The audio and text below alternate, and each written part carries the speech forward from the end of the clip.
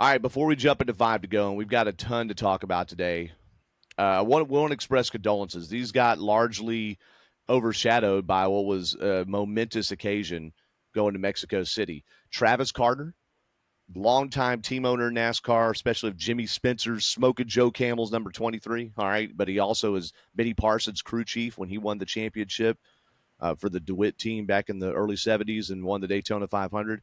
Travis Carter passed away this past week. Tony Witt was a suspension mechanic for Spire Motorsports, and he lost his life. And then also longtime team owner in the both truck and Xfinity series, Charlie Henderson, that famous food country number 75, he passed away. So we wish well to all their families, Godspeed to these people that were staples in the sport, and we know we won't forget them. Thank you, everybody, for pausing with us a little bit here as we fire it up for 5 to go, episode number 318. Yeah, we're going to bring the energy today because we're going to break down Mexico City. We're going to talk about a couple of big headlines in between Mexico City and what's coming ahead in Pocono, which we will also preview. And one tease I want to throw in, I want to point out something that happened in Saturday's race, both good and bad, that could have an impact on the NASCAR silly season in the Cup Series, okay? So we'll talk about that here just a little bit ahead, but welcome to the show. Big congratulations to Shane Van Gisbergen for winning the first race in almost 70 years of the Cup Series. It was run outside the country, and SVG from New Zealand there making that happen. And, of course, big congrats to Daniel Suarez for winning the Xfinity race. We'll talk about some other race winners, other divisions, including open wheel here in just a moment. I'm your co-host, Doug Fireball Turnbull, from the announcing team at Performance Racing Network, and we're gearing up for a big race at Echo Park Speedway coming up here in about a week and a half. Dan Elliott has a head cold, and I'm sorry, I would much rather have a cold in winter than summer. There's something about it being 90 degrees and having the sniffles that just is absolutely putrid to me, so I hate it for Dan, but he couldn't join in today. We actually delayed this show a day to try to get Dan back on, but he just wasn't feeling well. And we'll share a couple of his thoughts here about the Mexico City weekend in just a moment. But also joining us on the line, he always outdresses me, and this may even be the case even after I step into my new full-time role here pretty soon. He is the roving racing journo, just finishing up at University of North Georgia, and he also He's our super fanalist, okay? He crunches the numbers. He comes in with the hot takes. Devin Kupka looking chipper early on a Wednesday morning. How you doing, brother? I am doing good. I'm dressed for the occasion. Congratulations on getting the gig at 11 Alive and entering back into the traffic world. I wore my red tie today because of the 11 Alive red. So congratulations. Here I was thinking you were running for political office. All right, I was thinking you were gearing up for a candidate debate, maybe an appearance, a rally at the coming fairgrounds, something like that, and you're doing that to cheers me, man. I appreciate that. So, yeah, I forgot to vote yesterday in yesterday's Georgia Public Service Commission elections. I forgot also, which is I passed by it on my way home, and I missed the turn, and I was like, I don't think I'm making a U-turn. The polling place is almost literally next door to me. Like it's within crawling distance, basically, of my place. And it's a public service commission which helps regulate the utilities in the state. And these were, I think, primary elections to do the regular election in November. And honestly, it's not that I forgot that day. In the morning, I was all about it. But I had a tight schedule in the evening, and my plan was to drive straight there after work, do some research during the day. Well, all of that kind of got blown out of the water because of what you mentioned before that, Devin. And it was something I've been working on a long time, and then it finally got finalized around Memorial Day, and then they were able to make the announcement, and I was able to share it as well yesterday. But, yeah, I am joining the team at 11 Alive News here in Atlanta, which if you don't live in Atlanta and you're listening, you're like, what, local news? Even if you do live here, there's a lot of people that are like, what, local news? But no, local news is very important. It was something I was in at WSB Radio, see the sign behind me there, for a really long time. But I was out of it for the last 9 months doing retirement radio, this fantastic organization, Impact Partnership. And Channel 11 and I had talked once before, close to when I started at Impact, and things didn't work out. And then we got to talking again as they had some openings come up, and I was still very skeptical. But then I went and auditioned, and I got pretty excited about it. And they've created a role where I get to ride around in their traffic tracker truck, basically a truck that they use to go look at store damage and things like that.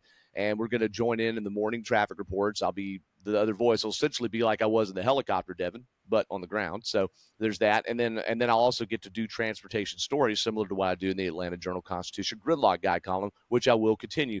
One question. So I'll start Monday, and I'll probably be on the air by the end of next week, but just in time for the Atlanta race weekend, which, that's going to be interesting because I'm not off of work that day. So I'm going to have to hustle to get down to the track and pretty much just go call an Xfinity race. All right. That's so we're going to be on the chip right there. But something I got asked a lot on social media, and so many people were so kind. Okay. I couldn't even keep up with the comments and texts and all that stuff. I tried to at least acknowledge everything, but several people did ask, well, wait, hold. You're still doing PRN, right? You're still calling the race and stuff. So I wasn't going to do any job that precluded me from still getting to chase racing. Now, there may become a situation where I can't do as many races as I want, maybe, but I want to do all of them, right? So, I mean, I have to do the full-time job first, but no, I'll still be doing PRN. The PRN team was excited about it. That doesn't stop me from that. It won't stop us from doing 5 to go. We'll just record it at a different time, which is probably going to be more beneficial to Dan and Devin. So we'll figure all that out. But expect all of this to still come, and then some new things at 11 Alive. So enough about me. We got to get to racing. We got to get to racing here, Dev. We had what I think most blips aside, there were charter plane issues that delayed teams arriving. They had to change the weekend schedule. All right, there was a couple of issues with the convoy of trucks coming down. They got stopped a couple of times, right? And they had to go through all sorts of heck fire to get to the racetrack. And yes, there were some isolated incidents through the paddock as well, things that happened to people outside the track. But overall, most people came back from Mexico, Devin, with a smile on their face, song in their heart, tapping their toe, as Captain Herb Emery used to say. All right. It seemed like a lot of people, there's a lot of buzz about it. Now, I was surprised the place wasn't packed to the gills. I don't know how many people it holds. There were some seats open, but the fans that did come were absolutely ecstatic, it seemed like. And they got to see their hometown or home country, not hometown, home country driver, Daniel Suarez, win the race Saturday. And then SVG just put a clinic on Sunday, which, frankly, there was good racing all through the field, and he just drove away in the front. So I would love to hear. That's my impression of it. All right, I'm very positive. Devin, as a race fan, as somebody who's looking ahead in the sport, who we like to speculate where this sport's going to be in the next 5-10 years, what'd you think about it? I thought it was a spectacle to behold this weekend. I thought the attendance was really, really strong throughout the whole weekend because I remember, I watched practice a day late, but practice was run on Friday for the Cup Series. And I remember, and also the Mexico race was run as well on Friday as well. But I just remember, I'm like, well, when was the last time we've seen NASCAR Cup Series practice or really any sort of practice? And we've seen some sections of the grandstands were absolutely packed. When was the last time we saw a crowd like that just for just a practice day? And this is not an offense to the Mexico Series or anything like that, but just in this instance, it's just considered a NASCAR truck race, and they just only have one race a day. So a Friday, just say it was a Friday truck race. When have we seen attendance that big for the first racing event of the weekend? That's the one thing I took away immediately. I'm like, wow, this place is packed for. And it got even more packed throughout the weekend. Right? So it wasn't packed on Sunday, but like it was. What you're saying is the preliminary stuff. How excited the fans that did decide to come were all in. Yeah, it was, and the sections that they did have open for grandstands, I'd say almost like 85% of them to 90% of them were packed. So I think from that standpoint, having the country involved and how many people showed up to this event. What do you have the attendance numbers that were? They don't release those, so I don't know. I think I don't know how much it holds, and it's hard to tell what was filled, what was open, what was available. It seemed like the stadium section was pretty well packed, though. That last set of S's there, but kind of toward the end of the lap. That seemed to be the section that got all the attention. That's where the big show was. So, I mean, if I was going to pick seats, I'd probably pick that section too. As long as there was a monitor, I could see things for the rest of the track. So, yeah, that's a great point, Devin. But big time enthusiasm. I mean, Jeff Gluck talked about on the Teardown podcast how he was just walking out of the garage or into the driver's meeting or something, and they were high-fiving every single person in the industry, even him, because he was walking with the drivers and had the hard card on. Drivers were getting mobbed out there. Now, compare that to the Chicago street race, where you had like Kyle Busch, and I've seen videos of him, my friend Marcus Medej, who listens to the show all the time, was just out there. He took like 4 pictures with Kyle Busch or something. Had video. Kyle Busch out there in his shorts, just in flip flops, walking back to his hotel, and nobody was even saying a word to him. Right here in Mexico, they may not have known who every driver was. We're not accusing them of that, but the fanaticism was huge. Right, the energy, and I mean that in a good way. Fanaticism, the energy was just huge. And look, that's race one, and I would like to think that if we get just a little sprinkle in foreign countries like that, that you could sustain that once a year. I would like to think that that's possible to sustain once a year, right? And that makes a case for it. And I know we're on this 3-year cycle of things now. We get over stuff quickly. Daytona Road Course, see you later. Road America, see you later. See you later Coliseum, right? We're already talking about how long we're going to be in North Wilkesboro. How long are we going to do the Clash at Bowman Gray and all this? It's like, God, the Chicago Street Race. We feel like this is the last one. Story came out this morning. We don't even know, but Jordan Bianchi's reporting on The Athletic is doggone good. He doesn't publish a story until it's pretty much a done deal. Okay. And the headline is that they're in the final stages of putting together a San Diego street race for NASCAR. All right. Funny, this comes out less than a month before the Chicago street race happens. All right. And we think it could be the last one. We'll see what happens there, Dev. But the point is bringing the race to the fans and is a lot more. Wouldn't you say, look, you and I will drive. I mean, you've driven all over the country to go to races, but wouldn't you say that these days with people's attention spans who've already zoned out from when I started talking, by the way, that Devin's like, this is what I do every week. Yeah, I know, Doug, shut up. No, it is wouldn't you say that finding a way to bring the show in front of the fans is the best way? Yeah, I would, especially when you look at the street course races. That's an interesting dynamic, is bringing NASCAR to the people. Now, we already have existing tracks, Echo Park Speedway, Charlotte Motor Speedway, that type of deal. But I think NASCAR exploring, and I really wish we could have opened up the episode with Dan saying N1 is alive and well. I was ready for an M1 discussion, yeah, but open it up so the fans could see it, right? Yeah, and I think exploring these new territories like San Diego and Mexico City are good for the sport. Gets them out of the traditional areas that the sport has been in for well over 60, 70 years now at this point. So I think it's a good thing that NASCAR is doing that. It just opens them up to a new market. And you just look at some of the road course racing. We got over 2 million viewers on Prime Video, which I think was a success. Yeah, when you look at this, consistent every race. This is race number 4 on Prime. They've been all over 2 million, and also the youngest Cup audience since 2017, which is another really impressive thing as well. Wait, is that true? I did not see that. We have the average age was 56. It's about 5 or 6 years younger than the average Cup audience nowadays. Wait, hold on. That's okay. You got the numbers. This is why we call you the super racing fanalist. All right. I know you're really an analyst. You're not just a fan, but okay. The lowest average age watching a NASCAR race in 8 years was 56 years old. Mm-hmm. Oh, not low enough, but it's lower. Okay, hold on. I just need to drink some hand sanitizer real quick. Just give me a second. Hold on. Oh yeah. Okay. All right. So, oh wow, that hits. Okay, so that's crazy. All right. Well, we need to work on that. All right.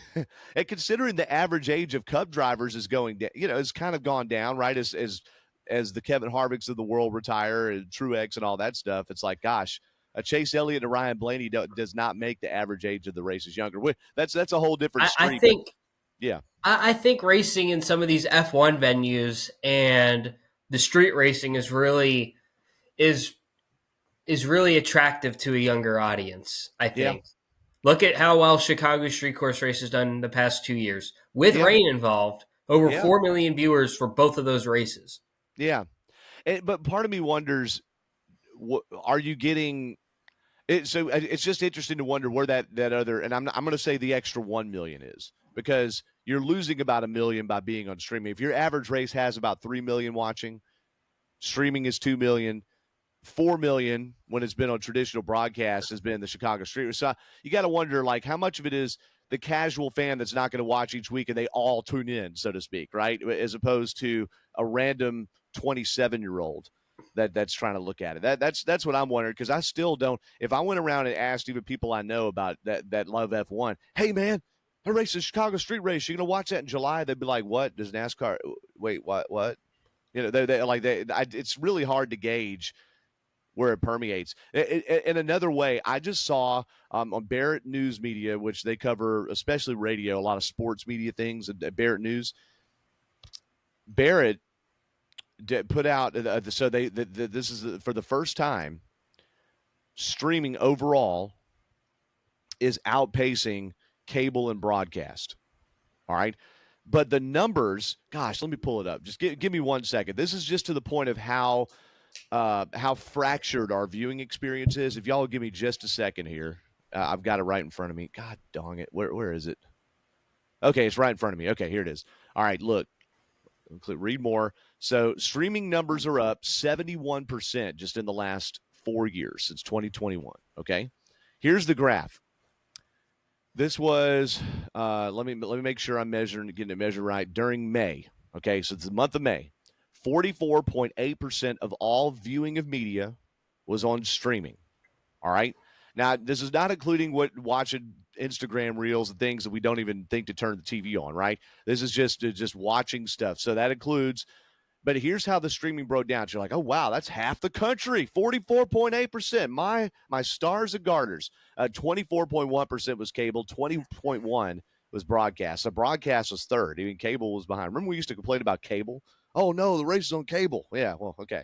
So here we go. Here's how streaming broke down. What would you say the number one streaming is, Dev? Probably Netflix. Number one, negative, YouTube. But out Netflix of would be number 44.8%, Netflix is number two. Out of the 44.8%, what do you think the percentage is of people watching on YouTube? Probably at least like 50. Ballpark. I'm sorry, I'm putting you on the spot because I was surprised. Huh? 50 or 60%. 50 or 60%. Okay, of that. So let's break the 44.8 down. Like of all viewing, out of 100%, not out of the 44.8, YouTube was 12.5%. So you think like, wait, what? I would think YouTube's a bigger number. So it's YouTube. So this all adds up to the 44.8%, right? YouTube was 12.5%. Netflix 7.5%. Disney and its cadre of things 5.0%. Prime Video 3.5%. Roku 2.5. It just goes down to single digits. There isn't this one thing that everybody's watching all this stuff on. And by the way, within YouTube, you've got a gajillion channels. Hello, by the way, thanks for watching on YouTube, our 12 listeners that do that. We love that. Okay. And my point is that it's so hard to find something where you're going to catch a vast majority of people anymore.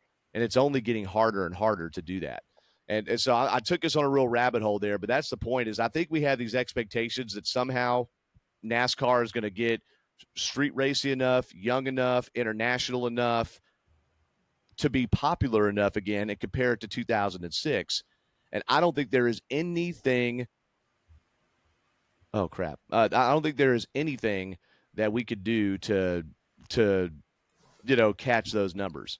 I think something, and maybe this is probably a discussion for another day, but how popular is oval racing actually again amongst the youth? I think that's one thing we have to look for, because the street race was a success. This was a success from that aspect, at least from a youth demographic. I think you got to ask that question. Yeah. How popular is oval racing amongst the youth? Because honestly, my generation, a lot of them have this not negative view towards it, but it's they just go in circles all day. How is that exciting? But when they make a left or right turn, it's different. That's what that's everybody just how, says to me. That's not my opinion. Says, and I'm like, yo, what? I mean, like you got to, and I don't know, but and I think just people are stuck on the Ricky Bobby thing. They're just stuck. That's idea. Another thing too. All they do is turn left, and so I haven't referenced this. I didn't do it on the show last week. I took one of our videos, which haven't really ever gone viral or anything, and it was me comparing the F1 race in Monaco to the Coca-Cola 600. All right, this is what, 2 or 3 weeks ago, and it got, I don't know, 1,000 comments. It was ridiculous. My phone was going nuts the whole time. I barely even looked at them. I usually just saw the first line of the comment. And look, I think I respect the heck out of F1. I dog it a little bit because it's so popular compared to the racing action, what it is. But there's no doubt that it's a spectacle. And no doubt that these are amazing drivers. Most people would say, oh, stupid. It was either fans that stopped watching because they hate stage racing and playoffs, and it's not like the good old days, even though the good old days were way more boring racing than now. But anyway, but it was mostly F1 people saying, oh, give me a break. You just go in circles. It's like, oh, my God, each circle's different. These guys are almost spinning out every second. They also can hit each other. They also sometimes fight. It is hard. There's strategy. No race is exactly the same to each other, and some are more boring than others, just like F1 races. Okay, so I mean that's why it's like, calm down. Like, I wish there was a way to break through that, but honestly, culture just cultures. I don't know that you solved the problem, Devin, with street racing, because that does not produce a better product. It hasn't in any series. IndyCar, they just raced a Gateway. Congrats to Kyle Kirkwood for winning, and thank God Joseph Newgarden's okay after a horrific crash, after flipping down. What was I seeing after the IndyCar race? They need to race more ovals. This makes them so unique. No open wheel series is on ovals like this. That's not, dirt racing or sprint cars or something. And that's where we need to be careful. I don't think we need more road courses in general, but it seems like the easiest way to put it in front of younger fans. Here's the conundrum. The easiest way to put it in front of younger fans is to make NASCAR race in a way that doesn't put on its best show. And they don't understand that they being those fans that we're trying to attract. This is the same fan that NASCAR was chasing in 2001, 2005, when they took races from Rockingham and Darlington and moved them elsewhere. And look what happened. It worked for a minute, and then, so just be careful. The reason why they chase those people is because they're so lucrative. It's just like political. It's just like political elections. There's certain counties that are swing counties in the country that pretty much determine an election. It's the same deal with that. Those casual people have a lot of power. Yes, they do. Or not even just power, but if you get them watching, that's big for advertisement, all that stuff. Don't ignore, there was a lesson in the 2016 election. Don't ignore, quote, flyover country. All right? I know that was a long time ago. That was a close election. Mm-hmm. One campaign ignored flyover country. The other one won. So, and also did just well enough in those areas you were just talking about. So we will not get super political here. I was just making an analogy, though. No. I was the one taking it more, but that's you brought up such a great point. All right, and it's a really fine line, But just because something is good, you can also still have too much of that something. So be extra careful as we plan out this sport. And I do think that Ben Kennedy, who's really behind a lot of the schedule change we've seen since COVID. Ben Kennedy I think, has done a fantastic job of trying to mesh these things. And I wonder what the next step internationally is. It seems like Canada, but does NASCAR in 15 or 20 years, is it truly becoming what Dan thinks in one? And we're not going to solve that here. Just an idea. Would NASCAR one day only race 5 to 7 times a year in the U.S. and then go elsewhere? And we don't think so, just like we don't think they'd ever go electric after seeing the changes in EV sales. But I think we have no idea what the world's going to look like. Again, just go back to how quickly things change. Sorry, Devin, to talk over you. Streaming, which was a huge deal in 2021, has up 71% in 4 years. I didn't know it was possible for streaming to go up 71% from 2021. I was streaming the heck out of a lot of stuff at that time. So what's this going to look like in 5 years? And I hope that the care they're making now is the same care they make then, so they don't chase the money too hard. Go ahead, Devin. Sorry. And another thing too. Well, you mentioned about, are they going to only race 5 to 7 times in the United States a year? I could see a situation where, if some of the tracks go belly up in the United States, you could probably see that race being replaced by either a street race, a road course, or going somewhere internationally. That's what I think would happen. Yeah, and I just don't That's know if that. only if I the don't know that's the tracks go best belly move up. though. Yeah, I don't know if it's the best move if you could keep the broadcasting money where I said broadcast. I know it's streaming now. Whatever. If you could keep the quote TV money, if it continues to go up, the tracks will survive because that's what they live off of.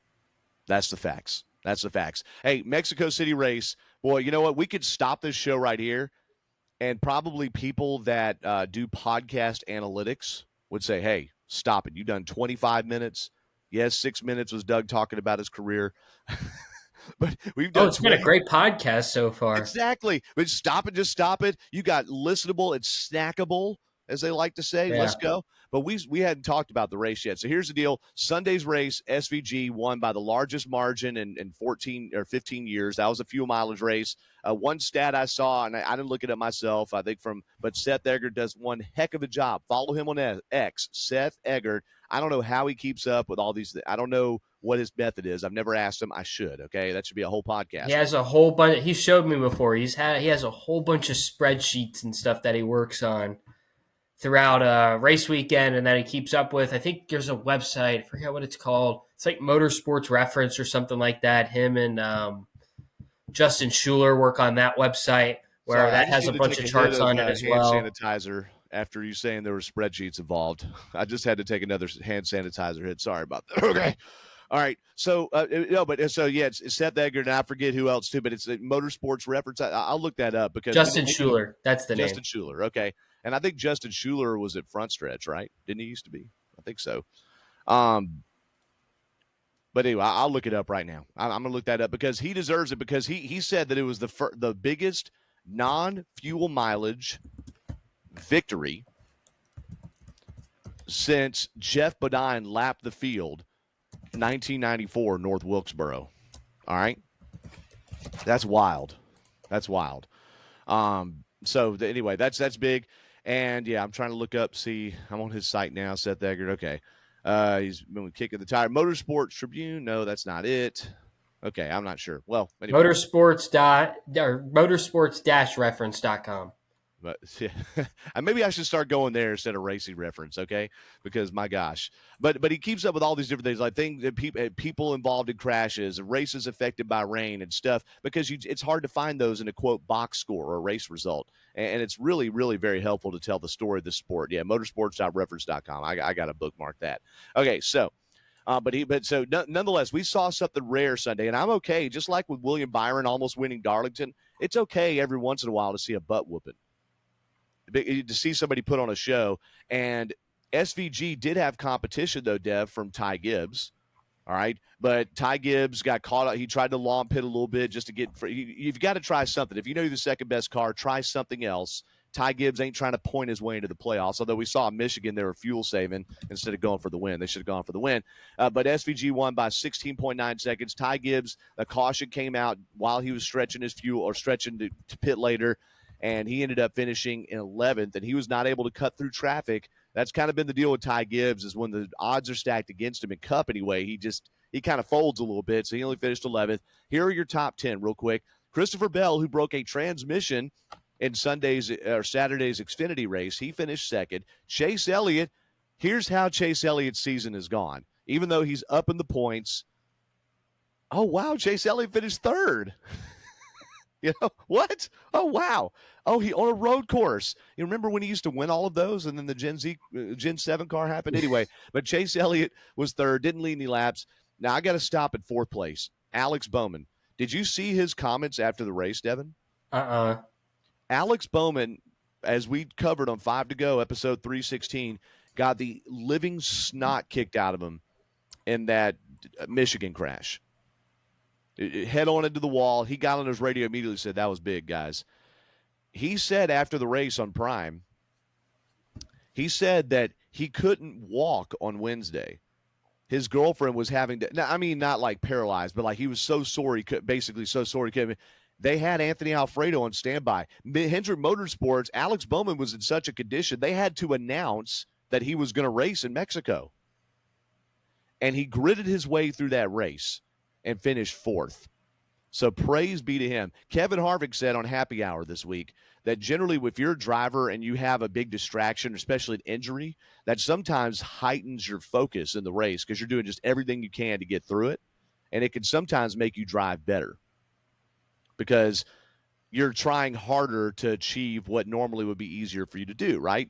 It's obvious statement by me, okay? So anyway, that he finished fourth.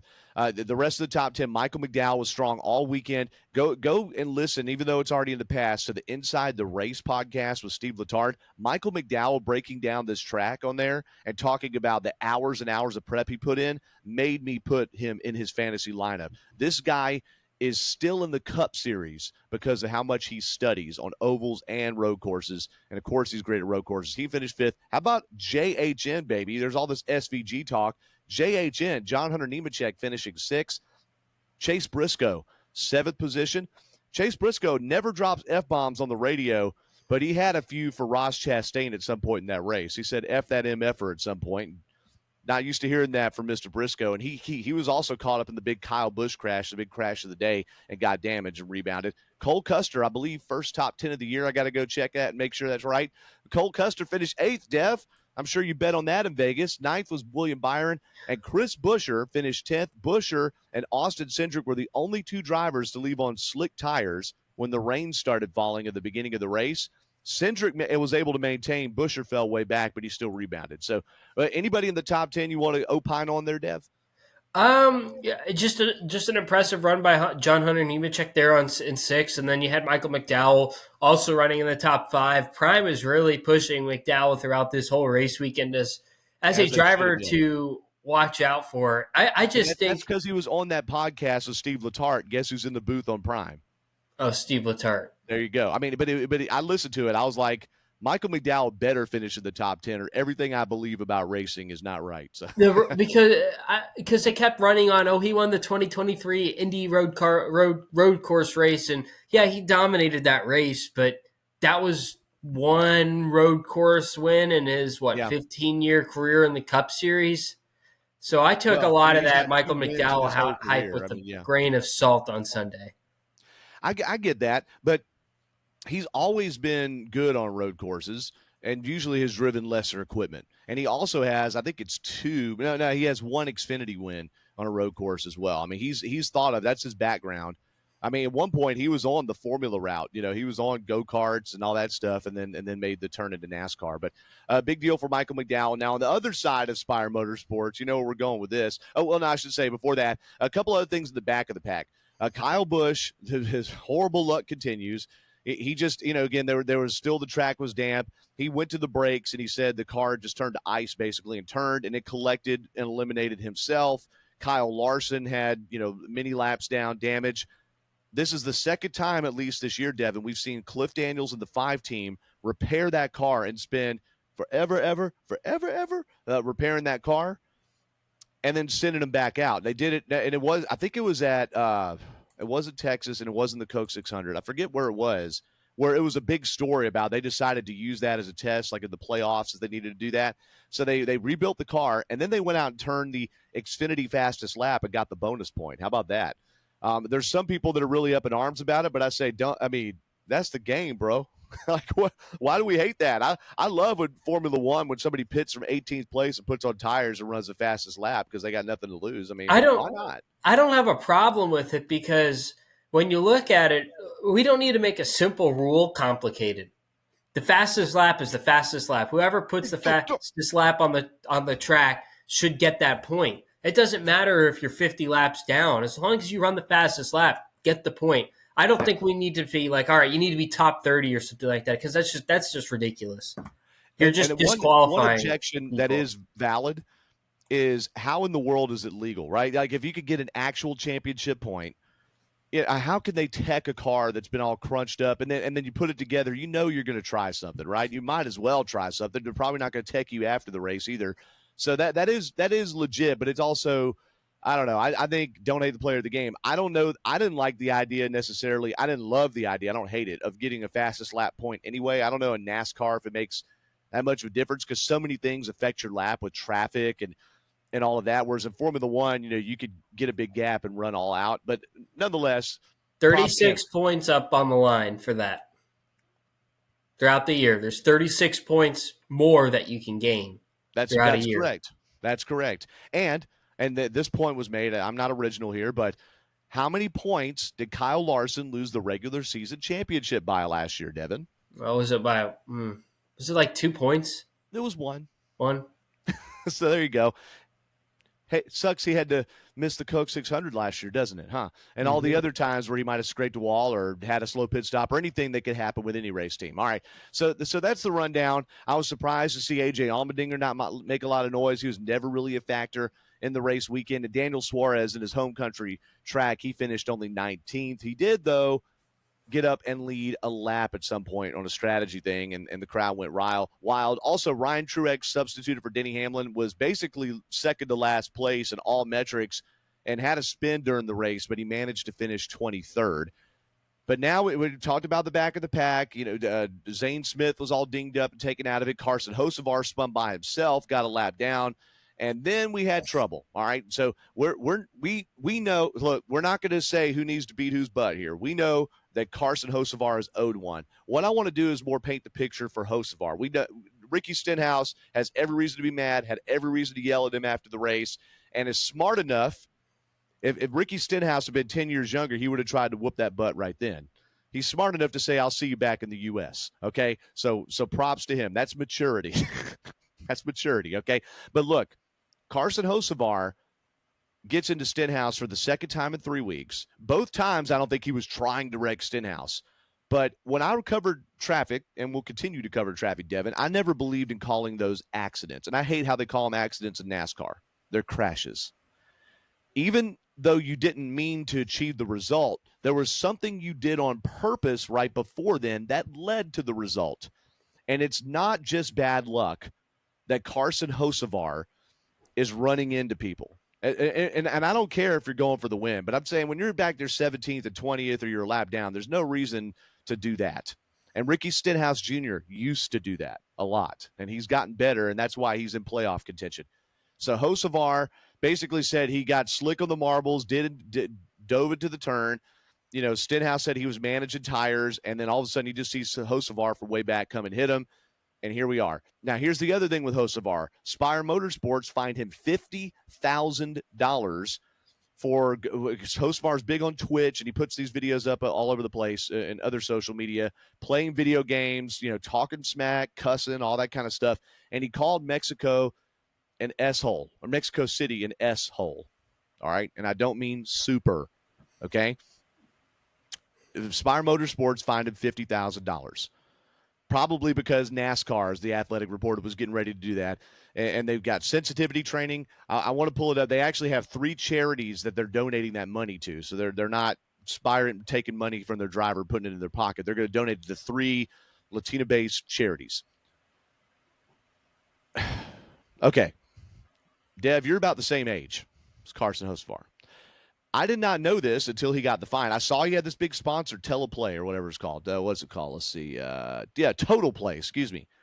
I did not know, Devin, that Total Play, his sponsor, was a Mexican telecom company. All right? So you've got this driver with supreme talent get fined by his team. And to me, it's like, okay, it's an insensitive comment, but I mean, people complain all the time on social media. What's the big deal? About the country of his sponsor. So, Devin, what next? What do you think about Hocevar here? I'm not talking about is he a good driver or not. I'm saying, when's he going to stop stubbing his toe, I guess? Yeah, there are just some things that probably don't need to be said aloud, especially with who's sponsoring you.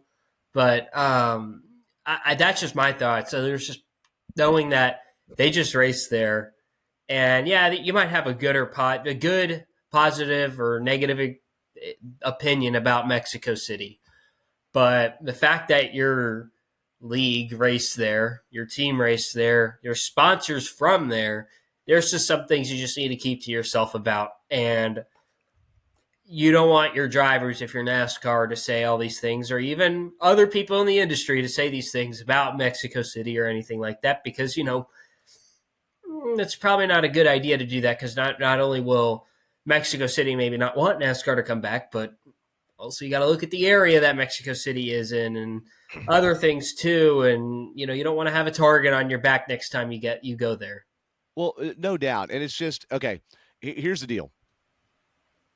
When's the last time? So ultimately, Devin, do you think that if you were in Carson Hocevar's shoes, would you one day want a chance to drive for Hendrick? Would you one day want a chance to drive for Hendrick, Gibbs, or Penske in particular? Those are the three, Trackhouse, right, is right up there with them, whoever. You would want that opportunity, right? 2311, right? Yeah, I would. Right. And Spire one day may be running as well as them. And we saw Trackhouse come out of left field to be right there in the mix just a few years ago. The last time that Hendrick Motorsports had a driver around that age that made those kind of mistakes, who was it? Kyle Larson. In the Cup Series. Nope. He was driving for Ganassi when he said the N-word. No. Who is and by the way, that was stupid as heck, and he was older than Hocevar, didn't know he had an open channel, wasn't trying to say it publicly. Terrible thing he said. No. Who was it? Another Kyle.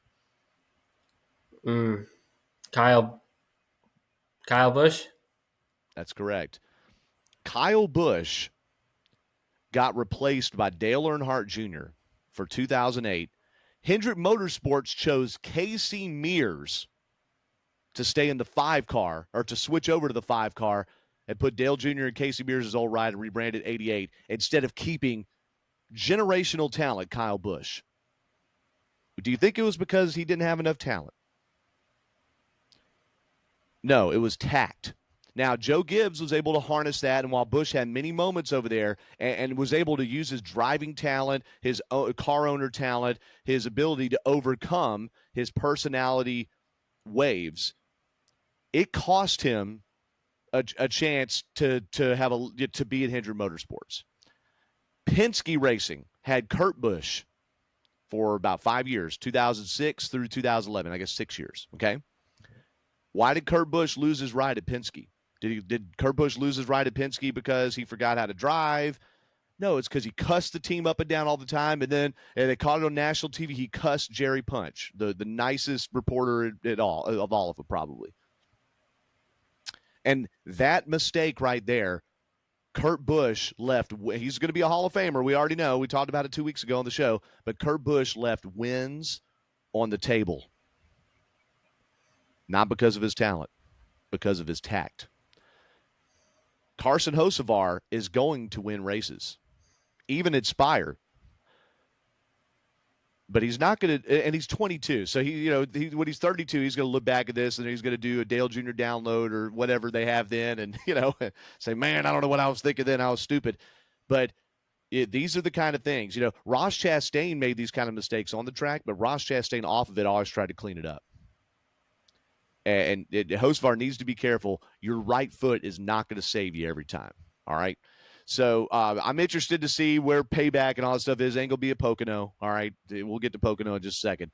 But that's a really the character arc of Carson Hocevar is going to be one of the most fascinating things we watch over these next years. More fascinating than if they race on the streets of San Diego, in my opinion.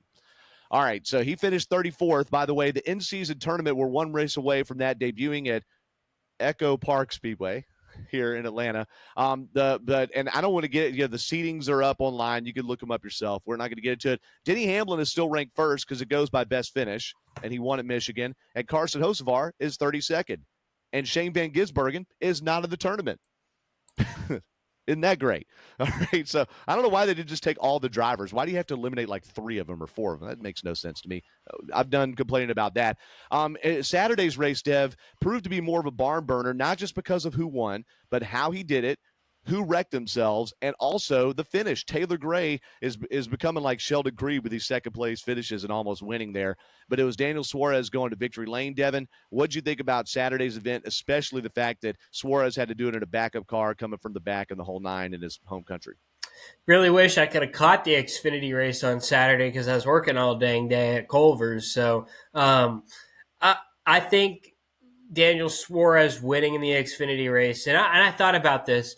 when they switched to the backup car, because you had the green Quaker State car. Now it's the black Quaker State car, and that's going to really resonate with those fans there. Now the backup car is going to be the iconic car there with the black Quaker State for Daniel Suarez. But I thought that was really cool for him to go win in his home country in the series that he won a NASCAR championship in as well. I thought that was really cool to see that. And I think that might have been the most impactful race of the weekend. Well, there's no doubt. And it's a bigger deal that the Cup Series races on foreign soil for the first time since the 1950s. The Xfinity Series did race on a version of this track back in the late 2000s or mid-late 2000s. But Daniel Suarez, he won it. Now, he came from the back, and he did so legitimately. There wasn't some weird flip with – there were enough cautions to where you could do things differently. But he didn't just stay out on old tires and eke out a fuel finish. No, he went out there and won the thing. And early in that race, he passed like 20-something cars. Then you have cautions. Then you stay out a couple times. You do whatever. You get on sequence with the leaders, and then game on. And he was restarting routinely. There was that one restart where he restarted in the top 10, and I was like, oh, my God. Daniel Suarez to the top 10. Look out. But the two people in front of him that I'm like, there's no way he's going to win this race as long as Ty Gibbs and Connor Zilisch are up there in the front. Well, they got into a, I'll call it finger measuring contest. Yeah. Finger measuring contest. That's it. And they each were complaining about the other. There you go, Dev. See, they were each complaining about the other, running into each other. And it just, at some point you knew, and if they rough each other up and up with these restarts, something's going to happen. And sure enough, Zilisch got turned around. He had already run into Ty Gibbs before that a couple times, the vice versa. Took out a bunch of cars. Ty Gibbs, where did he end up finishing? He ended up finishing 14th, actually. Is that right? Yeah, 14th in the race. He led 18 laps. Connor Zilisch came all the way from the back to finish 5th, which is impressive. So Gibbs led 18 laps, Zilisch led 17, and Suarez led 19 and was your race winner. All right? If there was one thing I'd want to see more of out of this race weekend, Devin, I want to see an off weekend before or after for the whole sport or the series involved. All right, the Xfinity Series got an off weekend before. I want to see local cautions. These cautions were just draining my lifeblood. I mean, and you had all these cautions early in the race, and then you still had a long stage break. Like, make it a quickie yellow, do something in a stage break because it takes forever. I'm sure the fans in attendance, were not loving that. And I also want to see NASCAR let teams decide when it's a wet condition. All right, and NASCAR only needs to stop the race if the rain's too bad because there were just too many cautions and they took too long, especially when you had a single car spin. But Daniel Suarez was the winner. Did you see the burnout? Did you see the highlights of burnout he did in the stadium section? Oh, man. And then Brad Gilley was all over TV. He was working pits for MRN this weekend. He got to do the interview. What a huge honor for Brad. I love that for him. Friend of mine, of course. But a big deal for Daniel Suarez. Back to the front in a backup car. There's some stat that Seth Eggert put out about the last time somebody won from the back in a road course race was, in 1871 or, it was big. So big time stuff there. The top 5 finishers, Taylor Gray, who let out a big loud expletive when he lost that race. And I want to tell you something. If that were Zilisch or Gibbs behind Daniel Suarez, they would have shipped him. Taylor Gray could have shipped Daniel Suarez in the stadium section at the end. And he went up to his bumper and hit it. He didn't do it. And he didn't do it at Martinsville really either when, all that stuff happened there with Sammy Smith. But Gray finishes second. Austin Hill, my man, Winston, Georgia, come on. He could get it done on road courses too. He finished third. Christian Eckes, who's had the year from hell in his rookie Xfinity Series season, he's finished fourth. And then Zilisch, like I said, into the 5th spot. Hey, one more rookie, no, 2 more actually. William Sawalich has also had the rookie year from hell. He finished 6th. Austin Green, who was almost a lap down at one point. They had some issues on the 32 car, which is sort of Jordan Anderson Racing and sort of a different team as well. But they finished in the 7th position. So good job, Xfinity Series. Hope we get to do all that again here pretty soon. Look real quick at the Cup point standings and really the playoff bubble. I just want to mention is where we want to go. William Byron, who had a quiet day Sunday, 67-point lead over Kyle Larson in the regular season. On the playoff bubble, Bubba Wallace is plus 57, 13th in points, 14th Chase Briscoe plus 39. Alex Bowman is plus 22. He finally had a good finish. Chris Buescher now the driver on the bubble at plus 19 with Shane Van Gisbergen, Devin winning. You now have Ryan Preece minus 19, Michael McDowell minus 43, AJ Allmendinger minus 45, Kyle Busch minus 50. And at one point, Stenhouse was up in there, but a couple of bad finishes after running into Hocevar. He and Hocevar are separated by 1 point, but they're about 60 points out of the bubble. It shows when you win from below the line, it's chaos. Yeah. Yeah, it really is. And I look at the playoff standings. Kyle Busch was tied at the cut line entering the Mexico City race. Now with SVG winning, he's dropped 4 spots in the standings to 20th now and is over, I think, 60 points out of the thing. He's 50 points, so 50 just points within a race. But he's 18th in points. He's 18th in the proper points, like the classic standings that don't have the playoff drivers ahead of him, but 20th in points, I think. 20th in points if you're talking about the 2 winners being ahead of him. It's confusing, right? And yeah, Stenhouse, but see that we talked several weeks ago about how close those points are from like the teens back to the 20s. It's crazy. I mean, they're all over each other. Anything can happen, and of course a win stirs it up as well. And the Xfinity Series, just want to look real quick and see what they're looking like too, because they're deep into their season. Justin Allgaier, 54-point lead in the regular season. No one, no, he doesn't count. Eric Almirola's not running for points. No one that's a series eligible driver has won that's outside of the playoffs. They haven't had any weird winners like that. Looking at the bubble, Taylor Gray and Ryan, who would have guessed that a Gibbs car, Taylor Gray, is tied with Ryan Sieg in the points. They're tied for 12th. Gray has more top 5, so he's got the nod there. And then just 3 points ahead of them is the team that Haley Deegan drove for last year, Harrison Burton. Man, that's pretty cool. See him there in the standings. So that's really where the playoff bubble is. And then Nick Sanchez is minus 15 out. And then you got to go another 29 points behind him to get the Colleague Racing machine of Daniel Dye. So they've got a pretty fierce battle, too. And look, there's 2 Colleague cars, 17th and 18th in points, Christian Eckes and Josh Williams, who just haven't had much to talk about at all this year.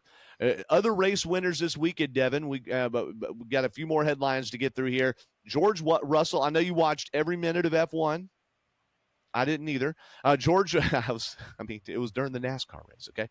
George Russell won the Canadian Grand Prix, the race that is going to be at the same time as the Indy 500 next year. What a great idea. But he wins that. First win for Mercedes this year. And Kimi Antonelli was on the podium, his first ever podium there, 18 years old. Come on, what am I doing in my life? I mentioned Kyle Kirkwood won at Gateway and IndyCar, and really a great race too, by the way, man. And sounded so good listening on IndyCar radio, but the Fox broadcast was also good. We haven't mentioned at one time the 24 Hours of Le Mans, Devin. The 24 Hours of Le Mans. I didn't watch any of it, but Ferrari won. I think it's the 3rd straight year they've won in their hypercar. That's the top division there. Robert Kubica, Yiffy Ye, and Philip Hansen were the 3 drivers that won that 24-hour race, 8-mile course, the biggest race in the world. Got to admit, second biggest in the world behind the Indy 500. And the America to Le Mans, or the NASCAR to Le Mans documentary, is now on Prime Video. I've started watching that. It's really good. I don't know why it took 2 years to make it. I don't know why there hasn't been another Garage 56 car back in France either. I don't know. That was a great experiment, but I thought we were going somewhere with that. But anyway, it's still a really good documentary. Other race winners this weekend, ARCA Series. I didn't even know they were racing in Berlin until the race was already underway. And it was even on FS1 or FS2 or something. But Trayton Lapsevich driving for the team that Venturini Motorsports is going to become, Nitro Motorsports, when they buy him out at the end of the season there. Trayton Lapsevich won his first ever ARCA race. He was the 2023 Pinty's Series champion there in Canada. Or Pinty's. It's a Pinty's? It's Pinty's. Pinty's, I think. I don't know. I don't know what it is. Pinty's. You know what? Hey, grab a pint from Culver's. I know what'll set me straight. Yes. I'm not actually. And when I mean pint from Culver's, not beer. We're talking the custard. Of course, yeah. It's too early in the morning for that. Not a pint of the Culver's root beer. Man, that sounds good. Okay, I need to head up to your shop there, Dev. Also, that's it for the race of this weekend.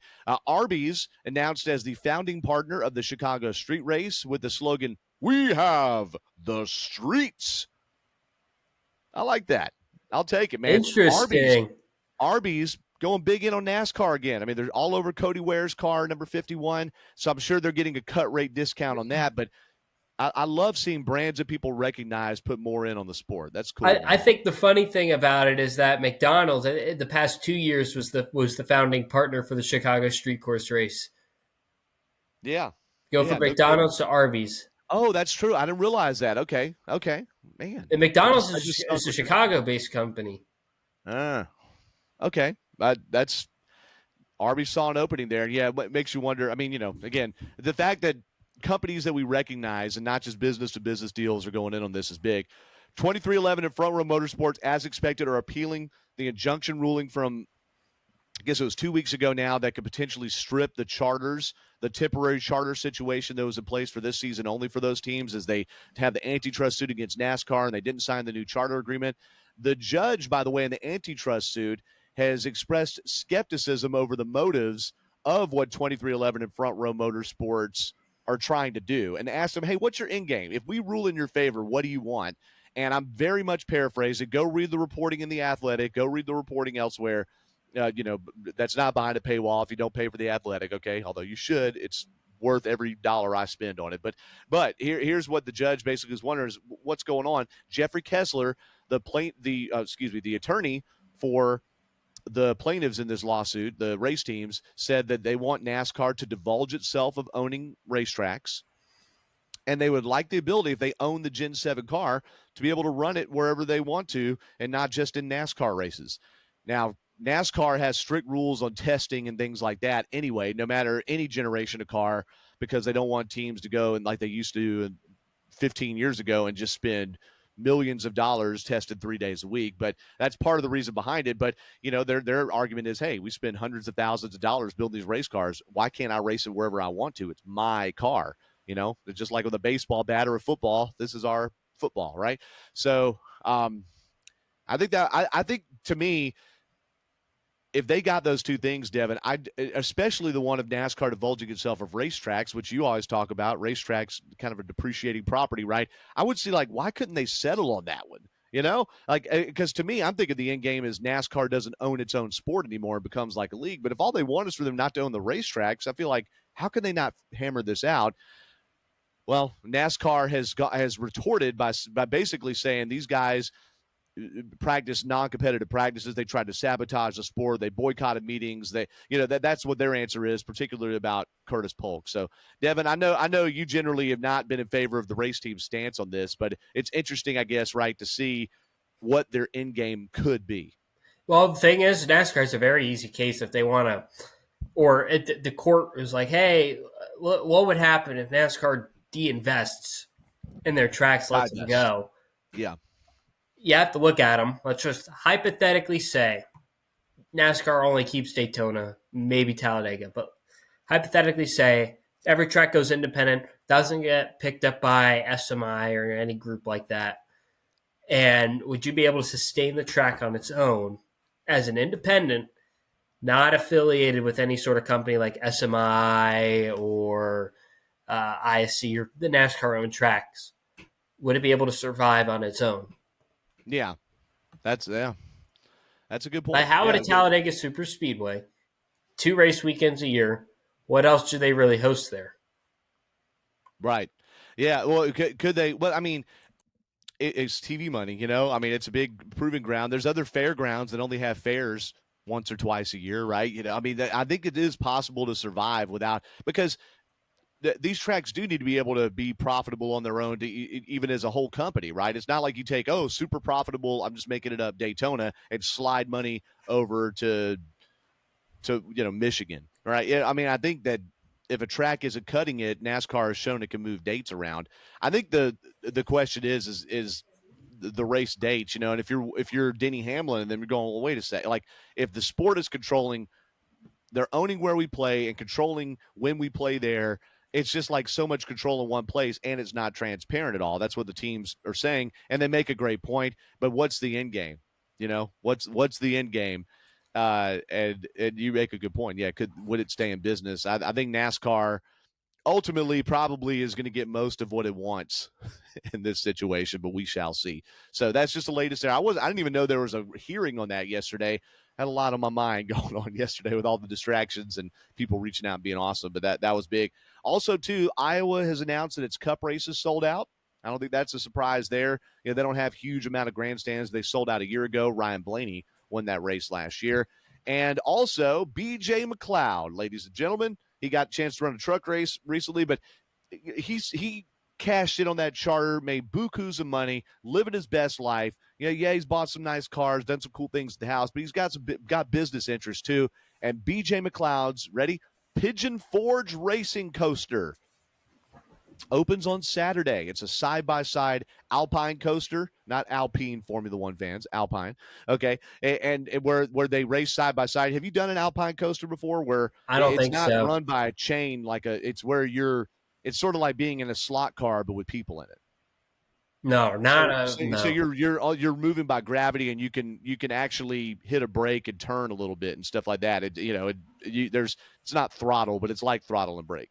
So this Alpine coaster goes up to 30 miles per hour. Opens Saturday in Pigeon Forge. BJ McLeod still racing, baby. We love that. That's pretty cool. Catherine Legg, by the way, did run the BJ McLeod car in the Mexico City race. It was pretty much slowest in the field there and finished a little bit far back. But good to see good things for BJ McLeod. That's it for the headlines there. I mentioned Ryan Blaney a moment ago. He won Pocono last year. Do you remember that, Devin? He won Pocono. That was one of those races. I watched it on an airplane. I didn't get to experience it the way I would normally. But Pocono is Sunday, so let's have a look at the weekend schedule real fast. Here, let me pull that up real fast because I don't have it right in front of me. But all three series are in action, so that's big. Pocono does not have lights, so it's a 2:00 race on Sunday, the Great American Getaway 400. And the drivers that have won the last three races there, we already mentioned Ryan Blaney. Do you remember who the other two are in the Gen 7 era? Kyle Larson, I think, is one of them. And no. Almost. Oh, wait.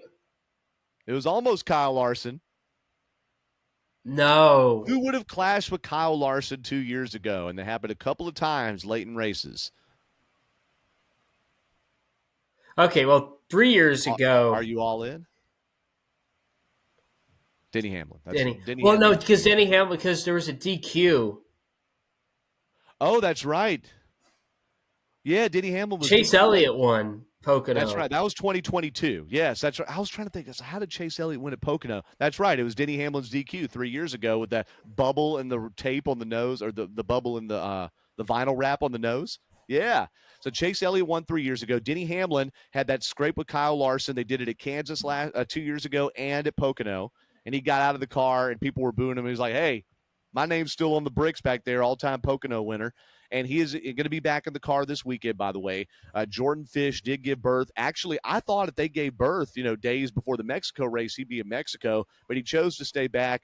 I had some cynicism about that at first, and then I was listening to some comments about it, particularly TJ Majors and Dale Jr. talking about it. There's something about that story we don't know, maybe about health or, that there's something in that story that kept him back. More than just, I don't want to race in Mexico, and I'm going to play it safe, because he's going to be in Pocono this weekend. But we wish them all great, well, and health. Denny Hamlin, father of three now, and Jordan Fish, bride to be too. So they'll be getting married soon. Look at the schedule this weekend there. Those are the past three winners. Chase Elliott, who finished practically second in that race. Denny Hamlin, 2023, and then last year Ryan Blaney. Chase Elliott has the most points over the last three races, by the way, at Pocono. He has 1 point more than Tyler Reddick, who also has 3 top 10s in the Gen 7 era. Martin Truex Jr., just like we talked about with Michigan 2 weeks ago, Martin Truex Jr., third most in the Gen 7 era. God, you just forget how solid that guy was for the lack of wins late in his career. William Byron and Denny Hamlin, top 5 in points in the Gen 7 era. Kyle Larson, Christopher Bell, Bubba Wallace, Alex Bowman, and Brad Keselowski. Top 10 drivers in points, Gen 7 era, Cup Series, Pocono. All right, Truck Series practice is Friday, 12:35. They qualify right after that, so it's about a 2-hour window for all the Truck Series action. They're in and out of the track on Friday. They gone after that. And then we get to the Xfinity Series. That's going to be all on Saturday. Xfinity Series practice and qualifying back-to-back between 10 and noon Saturday morning. And then the race itself is at 3:30 p.m. Cup Series practice and qualifying is right after Xfinity from 12:35 to 2:30 there. Impounded race. It's the normal qualifying again. We're not in these group sessions like we saw back in Mexico City. Races themselves, Devin's like, come on, man, get to it, dude. Like, you're just reading off websites, but it's important to know, man. We've got to plan our weekend, okay? Friday, 5 p.m., the Miller Tech Battery 200 for trucks. Saturday, 3:30 p.m. That's going to be on the CW for Xfinity Cup Series. Last race on Prime, 2 p.m. on Sunday, or just after 2. And then it's on to Atlanta after that, Big Dev. Anything you're looking forward to this weekend? Any favorites or people you're like, man, they need to have a run? Not really. I'm looking forward to just having Saturday and Sunday off. That's what I'm looking Come forward to, and on, actually man. getting to watch qualifying and practice, and getting to watch the Xfinity race. So Yeah. that's one Yeah. thing I'm looking forward to. Yeah. I don't remember the last time I had a full Saturday off. I'm just going to be completely honest. It's been since like maybe January. Welcome to your 20s, bro. Okay. Welcome to your 20s. I remember in 2010. So that year I was 24 years old at that time. Then I turned 25 late in the year. In 2010, early in that year, I was like 6-8 weeks of the year, and I'd had like 2 or 3 days off the whole year with all these different gigs. So that's just life in your 20s, man. But I'm proud of you and looking forward to your next chapter after you graduate. All right. So we've covered so much here. Mexico, Pocono, the ins and the outs of it. I did want to mention one other little scrape of something that we could see more fallout from. Tab Boyd, Ricky Stenhouse Jr. spotter, is not in trouble for anything involving Carson Hocevar, but it was similar behavior to Hocevar and making some comments online. Tab Boyd basically said, good time, my paraphrase, but he was not a fan of Mexico, said you can't go even outside your hotel without getting hustled for money. He has since deleted his entire X account after that, and I wonder if there'll be any recourse from the Hayek Motorsports team there. I think that would be harsh to lose your job over that or something like that, but that's tough, and I understand frustration. Here's the deal. I do think that we all live in very small bubbles, okay? A lot of it, and I'm fortunate. I've gotten to travel the world. I travel internationally once or twice a year, and I've gotten to see a lot of cool things, but not a lot of people have. For as much as this industry travels, most of it they travel 38 weeks a year. They're probably not looking to do much traveling in the off season or the off weeks. This world is huge, and one of the most humbling things about travel. This is my final thought, and then we'll get yours, Devin. One of the most humbling things about travel is you go to another whole darn city that you've never been to. I remember standing in the middle of Cairo, Egypt, and going, oh my gosh, there's 20 million people here, however many, and this happens every day. And I'm completely oblivious to it because I'm in my own little world, read my little racing articles, talk about my traffic, eating my food, and this world is huge. So, yes, places are different than ours, and yeah, Mexico, it can be dangerous. But I think what a lot of people learned is it can be dangerous. You take precautions, but it's not a whole lot different than home. So go and enjoy it. And it's easy to hold things to a higher standard than you hold your own city, because a lot of people that don't live in the U.S. talk about us and some of the things that go on here, particularly with guns. Okay, so just remember that, and I hope that Tab Boyd, Carson Hocevar, and such learn their lesson. And they weren't totally wrong. And here's the other thing: is if you have a bad experience, if you got pickpocketed, I got pickpocketed in Italy out of my front pocket in 2012, out of my front pocket. All right, because someone was pushing my luggage in a bus, and I had to go grab the luggage and expose that pocket, and there's a big bulge right there. That was a wallet, and they took it out, and I didn't even feel it, didn't even know they were gone. If they had radio issues in this race, big time radio issues, they had to reprogram all the radios. Some teams didn't even have spotters in certain corners because they didn't have the radios. I don't know what kind of day Tab Boyd had. I don't know what kind of day Hocevar had.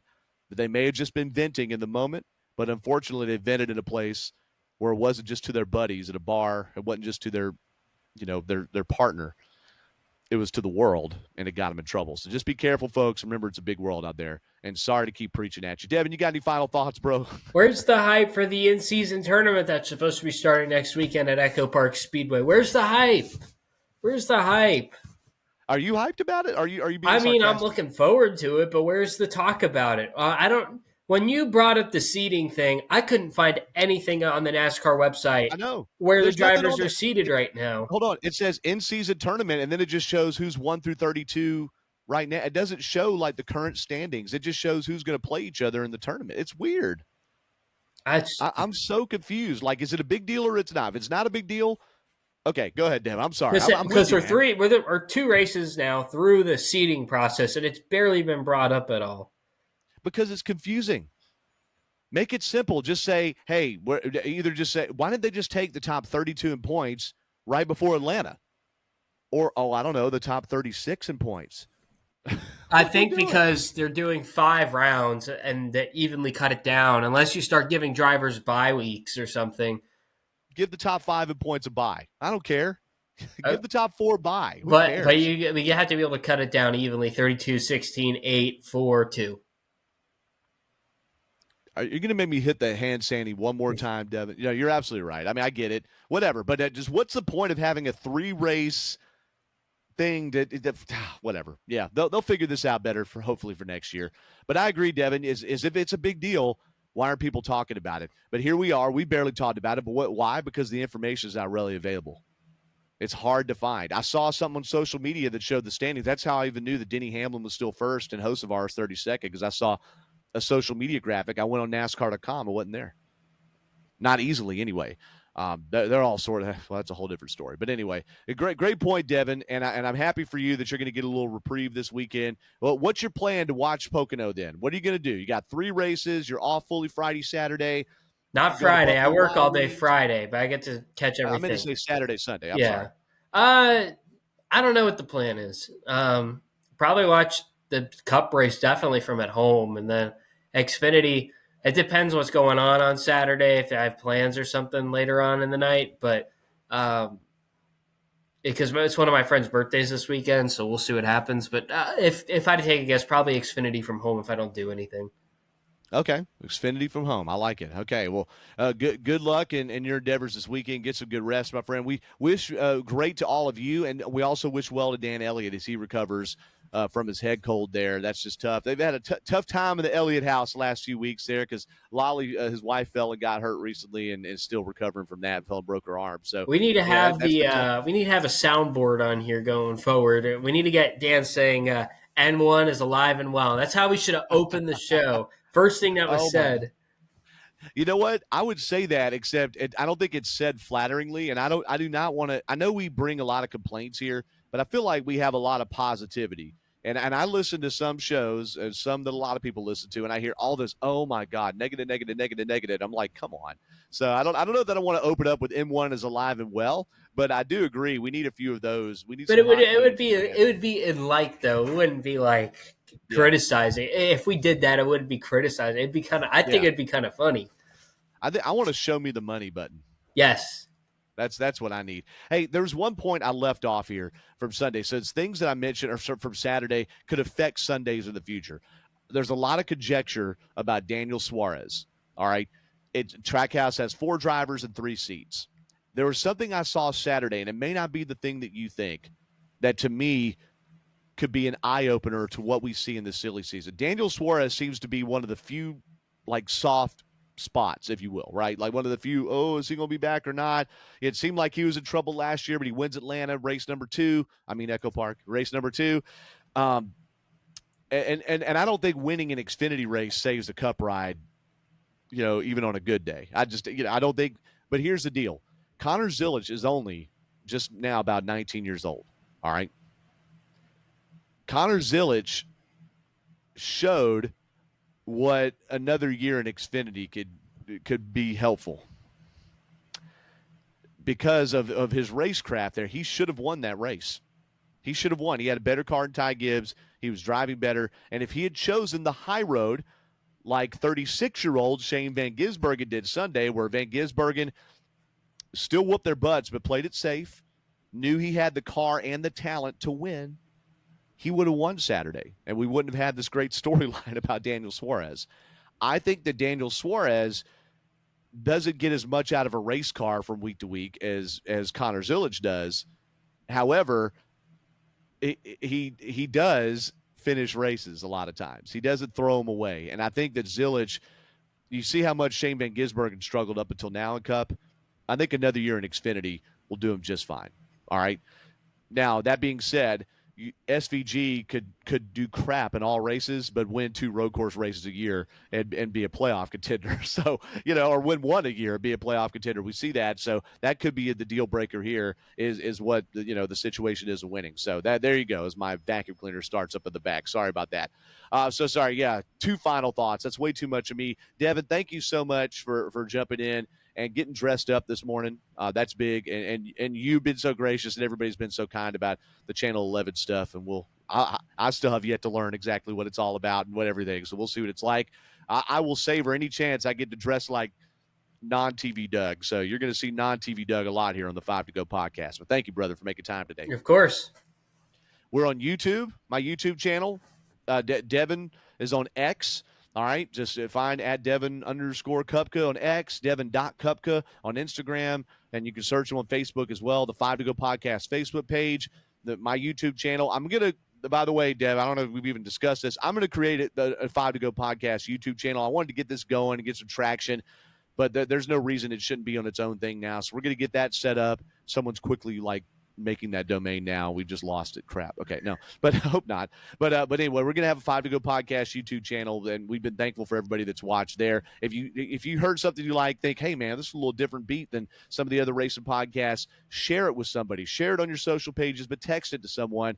The best feedback I get is from people that are personal friends of mine that have tuned in to listen, or family or things like that. So be sure to do that. And we'll have hopefully Dan back next week to preview Atlanta, to review Pocono, and whatever madness happens in between. For Devin Kupka, I'm Doug Turnbull. God bless you guys. We'll talk to you after Pocono here on the 5 to Go podcast.